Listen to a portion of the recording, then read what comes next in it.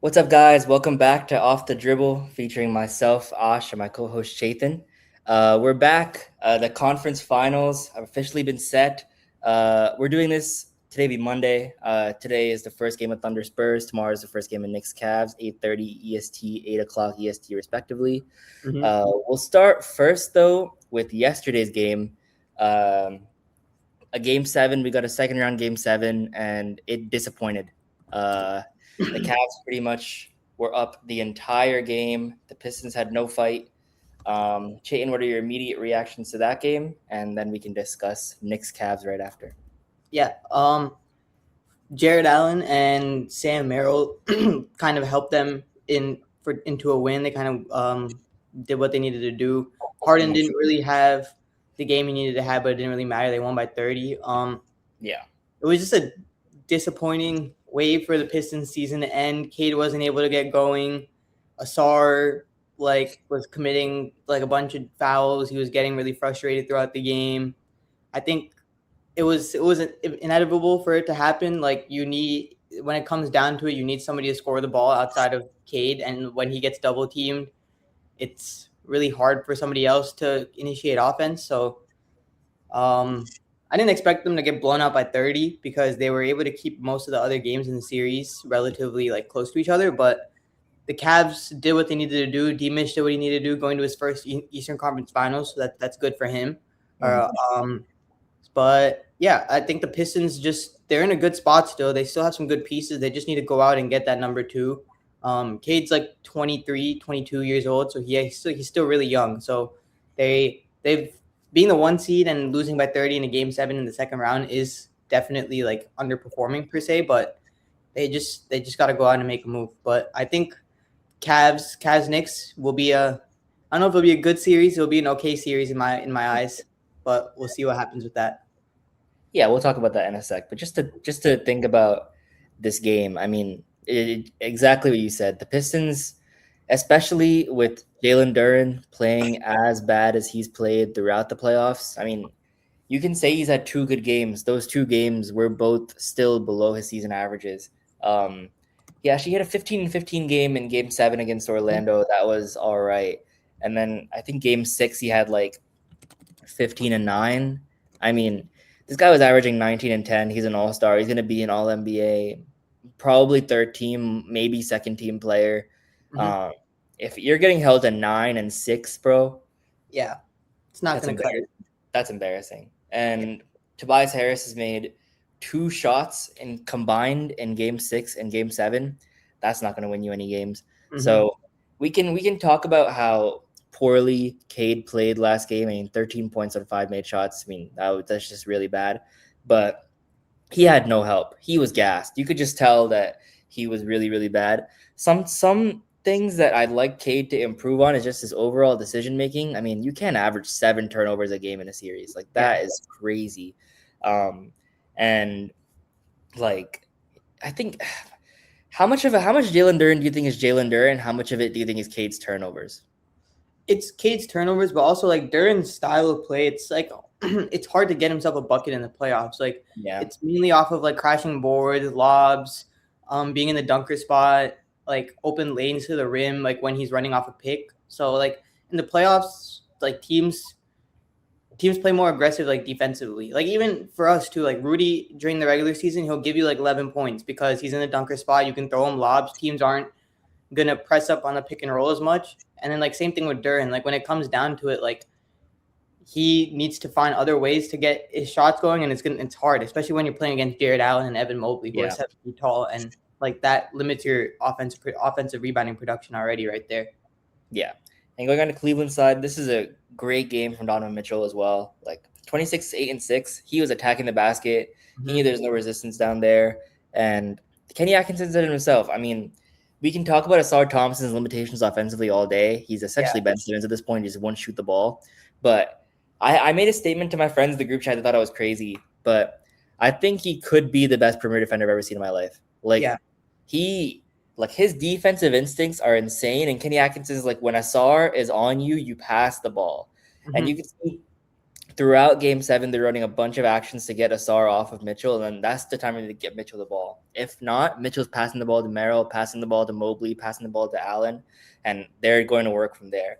Mhm. As much as you can limit Asar's like ability to impact games, like the Pistons defense is looking garbage outside of Asar Thompson. Yeah. So yeah, I mean, let's discuss Knicks Cavs. You don't think this is going to be that good a series? I think the Knicks win in, I'll say 6. I think it'll be competitive games. I just think that like you're not gonna. I don't think you're gonna get like a better Harden than you did from the Pistons series. Like it's gonna be like you have better perimeter defenders in my opinion on the Knicks. You have like bigger defenders too, so it's gonna be harder for him to get going. But yeah, if Donovan Mitchell starts doing what he did like in Orlando and like in the beginning of this series, averaging like 30 a game, they have a chance. But I just think the Knicks team is like a lot more well rounded. And on the other hand, like they don't have anyone to guard Brunson. Yeah, that's the reason I have the Knicks winning. I sent what I think the series will. Yeah, so I have Knicks in 7. I think the Cavs offense, their ceiling is so high. I trust James Harden in the playoffs from games 1 to 5. I don't like game 6 and 7 is where I think they're going to lose the series. Yeah, but the thing with the Sixers and the Hawks is they couldn't punish just because they didn't have the personnel. Like the Hawks had so many injuries at center, and the Sixers had, again, Embiid was on one leg. They had no backup center. Is that Brunson Cat pick and roll defense is just such a nightmare. And we haven't seen that be put to the test yet. I think if Jared Allen and Evan Mobley can be as aggressive as they were in game 7 and game 6 of this series, I think it could be kind of a little more interesting than people are saying. I know one of the concerns people have is that the Cavs have played 2 back-to-back 7-game series. Yeah. So are they going to be gassed for it? But on the other side, like the Knicks statistically have been playing as like the greatest team of all time. There's a margin of victory in the playoffs. Yeah, I expect that to calm down. I don't think they're the greatest team of all time. I think they're a really, really good team. I think there's going to be some regression to the mean there. And a week off, I can tell you as a fan of a team that's had tons of weeks off over the past month that it's helpful to get players back from injury. Like they're going to have OG back, which is really, really good. But it's also annoying because it's just so much chopping and changing, right? Like you're getting a flow by game 4 and then you stop playing. And then you're getting a flow and you stop playing. So I expect a rusty sort of beginning to the series for them. And if the Cavs are feeling themselves now. Last night was a blowout win. They didn't have to exert too much energy. They can come into it feeling pretty good about how they played. I think if they can steal a couple games early, then we could be in for a real series here.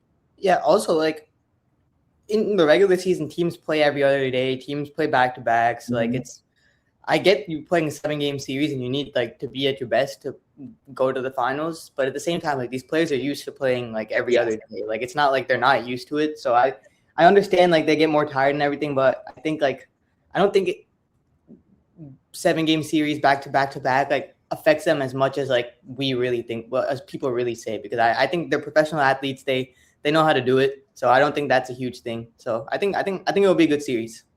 Yeah, these guys have been to the playoffs. I mean, like I know this is Mitchell's, Mobley's, and Allen's first conference finals, but like these guys have been to the playoffs before multiple times. Yeah. They've surely conditioned themselves and prepared themselves. Harden's been on a ton of deep playoff runs. He made 2 conference finals against like the peak of the peak Golden State Warriors. He made a finals of the Thunder. Like he's been here before.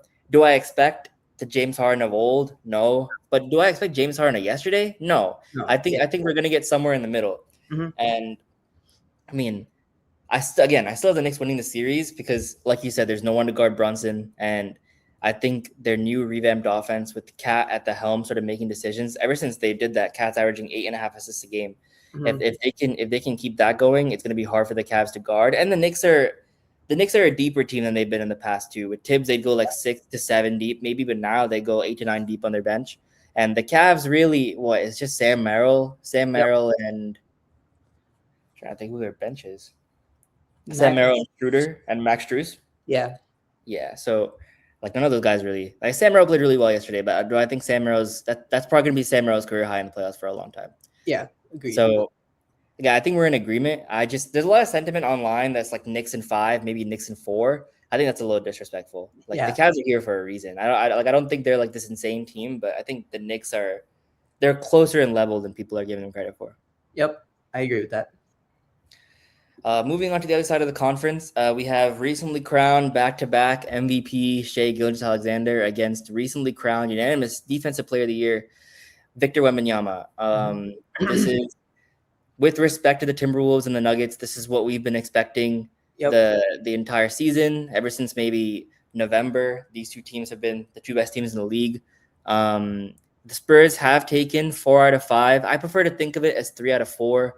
That last game, we didn't play a starter or a rotation player in that game, so I'll say 3 out of 4.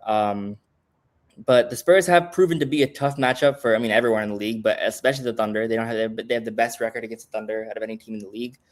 I guess I'll start. I have the Thunder in 6 here. I just think our experience is going to really, really help. People thinking regular season matchups are going to translate to the playoffs haven't watched basketball. This is not to say the Spurs can't win. The Spurs could easily win in 6 or 7. But the regular season stuff and playoff stuff is so stupid. Like 2 years ago, the Suns swept us in the regular season, and we swept them literally in the first round. That stuff means nothing. Yeah, we lost 3-1 to the Nuggets last year in the regular season, and we ended up beating them. But I think I have a lot of faith in Shai, and it's really interesting because the Thunder is obviously their favorite way to score is in the paint. We lead the league in drives every year. Shai leads the league in drives every year, and obviously the Spurs want you to get in the paint. They have the best paint protector of all time right in there. But they try to funnel you into the mid-range. And the best mid-range scoring team of all in the league is the Thunder. We have the best mid-range shooter in the league. So, I have confidence that Shai's going to be able to get his shots. And I'm really interested to see how the Spurs, rotation players outside of Wemby, deal with, the inevitable playoff wall. If you remember, the Timberwolves in the conference finals 2 years ago against Dallas, they really gassed out. I think that Timberwolves team's a better team than that Dallas team, but even that series, we, I think out of 5 of those games, we were up in the fourth quarter with 5 minutes left in 3 of the games. We you couldn't get too tired and couldn't make a shot at the end of it. Yeah, and that's physical fatigue too. It's also mental fatigue. And that's where I think we have the advantage. And I heard I really respect Kenny Beecham's podcast, and his co-host Pierre, but Pierre had a crazy take. He said the Timberwolves are a significantly more physical team than the Thunder. What? And the Timberwolves are incredibly physical. But it's it's in spurts. We choose when we want to be physical. Yeah. You guys are consistently physical. It's hard to it's pretty easy to get gassed out consistently against that kind of defense. Yeah, and we played that defense for 48 minutes every single night. And I think that's where it may toll over a series. It may just wear on them. And again, I told you this in person. If Wemby thinks that Naz Reid and Jaden McDaniels are physical players, I'd love them to try Lou Dort in the paint, bro. It's gonna be. I think it's gonna be an interesting wake up call for them. It's gonna be a wake up call for us too because we played 2 really let's be honest, 2 jokes to start the playoffs. 8-0, but we really played 2 play-in teams. So it's gonna be a significant step in talent, but I'm fairly confident in the Thunder's ability to pull this one out. I'd say 6, maybe 7. I also think the way the Spurs have approached this matchup is going to be a lot different from their first 2 series. If you look at the way we played, and the way the Blazers played too. You have 2 paint protecting non-perimeter centers on both those teams. Yes, Wemby is basically parked in the paint consistently for all the time he's in the game for both those series. Mm-hmm. For you guys, Hartenstein doesn't have a 3-point shot, but he's not. I don't think Hartenstein's going to play. Yeah, he's not lurking in the paint. If he's playing, he has a little floater kind of thing, which brings Wemby out of the paint. And if Wemby's on Chet, majority of the time, Chet's on the perimeter. Chet's not posting up in the paint like that. It's a different way of playing basketball. And also their guards are just bad matchups for our guards in general. Jaden doesn't do good against fast guards. He's not physical. He's not big enough to hold them off their first step. And not as aggressive as a defender this year tremendously. So we didn't have the perimeter defenders for their guards. And you guys have Lou Dort, you have AJ Mitchell, who's a great defender. I don't think people realize how good of a perimeter defender he is. Shai is a smart IQ defender. He doesn't put himself in situations where he's not going to be able to like make the right play. And then you have J-Dub too, who is like an all NBA like kind of defender. So I think it's a lot different of a matchup than it is to us. I think people are trying to compare like their series win to us to it translating to you guys. I also like we're also very like an immature team too, so it's pretty easy to take advantage of us without experience. It was very easy to tell, and you guys won a championship too. So it's gonna be hard. I don't know who's gonna guard Shea. Like Stephon Castle apparently has done a good job. He's done a good job on Shea. I've seen some stats where like he's held Shea to like low percentage shots, but all the shots I've seen like in the coverages Shea just missed. They're like mid-range shots that he normally makes. So it's not like he's like contesting them any well. So I think it's going to be a good series. Like the games are going to be close. I think what's going to happen is like the Spurs they're going to be in the game until the fourth quarter, and you guys go on one of those runs, and that's when like the inexperience comes to show, and then they let their foot off the gas. So I agree. I'll go Thunder in 6. Yeah, I'm really interested to see what the lineups that both teams play are, because I'm fully assuming that the Spurs are going to put Wemby on Dort, and they're just going to let Wemby try to patrol the paint that way, because Dort at this point, I mean, he's really, really bad at shooting. Yeah. So I'm interested to see how fast Mark pivots from Dort and Hartenstein to maybe, I would say, AJ and Kaysen, and go super small and guard Wemby. Their 4 is Champagny, so like yeah, you can go as small as you really want to. I'm very comfortable with Chet guarding Champagny, or like and J-Dub starting on. I mean, I think we might counter it and put Chet on Castle, but then after seeing what Rudy did with Castle last series, I think it could get a little dicey. Chet's better though, because Chet plays drop coverage, but he doesn't play drop coverage as much as Rudy does. Like if Chet sees Castle have an open 3-point shot, it's not like he's gonna sit in the paint and not contest it. I think Rudy's told to just continuously play drop coverage over and over again, but I feel like you guys don't do that as much as we do. So I don't think he'll see those wide open looks as much, but I think you guys have more matchup problems to exploit than they do. Yeah. And finally, if Alex Caruso can just make 1 3 in this matchup, it would be so nice, because he was like 0 for 16. Really defense too, man. Like especially on the perimeter, like if he's able to play himself with a 3-point shot, like he'll play himself with defense. So if he's able to make the shots, he's gonna guard Wemby a lot, and Wemby's gonna get really pissed off. Exactly. And I think the average neutral fan is gonna, 1, be really pissed off with the way we play basketball, but 2, really find out how bad a flopper Wemby is. Because you're gonna see, in my opinion, the most egregious flopping matchup in the NBA with Wemby versus Chet. I think, like, I can speak non-biased. Chet's flopping. Chet's flopping is hilarious. Shea doesn't even, like, I don't know what the discourse about Shea is. If there should be discourse about anybody on the team, it should be about Chet. Chet's crazy.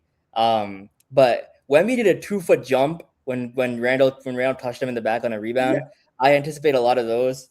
I anticipate a lot of Stephon Castle head jerks. Yep. But to be honest, like, the AJ is such a difference in this series right now with the way he's playing that we just didn't have in the regular season, that it's going to be really hard to compare these matchups that we're going to get right now to matchups before. And again, Jared McCain, we just didn't play against the Spurs. He's going to be a great shooter that we're going to employ for about 10 to 15 minutes a game. So yeah, it would be nice if we could, if we're a little better than I think we are, and we can finish this off a little earlier, but I think we should win this series. Yeah, agreed. I think, like, obviously, like, the only thing that holds me back from picking you guys in 5 is that the other team does have somebody that's 7-5, so he can get another game on his own. But he can win the series for them. He could. Again, I'm not unreasonable. I think Shea versus Jokic shouldn't be a conversation. I think if you want to say Wemby's the best player in the league, I'm not going to be mad at you. He's such a force defensively that if his offense comes around, it's like, what are you even supposed to do about it? Yeah, that's true. But I think that's all that we had to talk about today. We'll definitely come back on after like the first games or the first 2 games and give you guys. Actually, Aashrith is going to be on vacation for a little bit, so we'll probably take a break for some time while he's on vacation. But we'll come back on. We'll probably be back as the series are wrapping up or towards like game 5. You'll be back. Game 6. Yeah. Game 7. Probably after game 7, bro. Game 7. So Yeah. I mean, hopefully it doesn't go to game 7 then. Yeah, I know. But we'll have clips out for you guys from this episode to just take some of that break away and give you guys some content when we don't record. But until then, follow us on Instagram, YouTube, and TikTok at OffTheDribble Pod, and we will see you guys next episode. Peace.